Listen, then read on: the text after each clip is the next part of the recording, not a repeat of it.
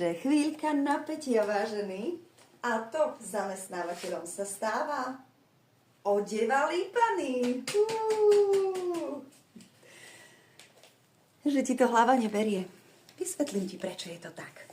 Vedenie tejto firmy totiž to pochopilo zásadnú vec, že benefitom pre ich zamestnancov nie je len jednorazový team building, kde aj tak polka zamestnancov nepríde a tá druhá si to v dobrej nálade užije za ostatných. Benefitom takisto nie je prenájom športoviska, kde pri dynamických skupinových športoch hrozí zamestnancom zranenie či úraz. Rozhodli sa pre iný typ benefitu. Predplatili svojim zamestnancom firemné hodiny jogy na celý rok. Čo sa stalo?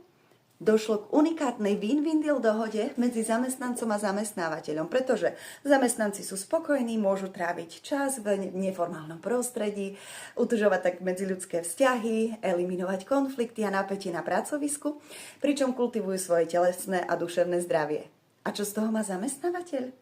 Zvýši sa pracovný výkon, koncentrácia zamestnancov a zníži sa marodovosť, absencia na pracovisku a tak budú všetci šťastní a spokojní. Chceš sa stať top zamestnávateľom aj ty?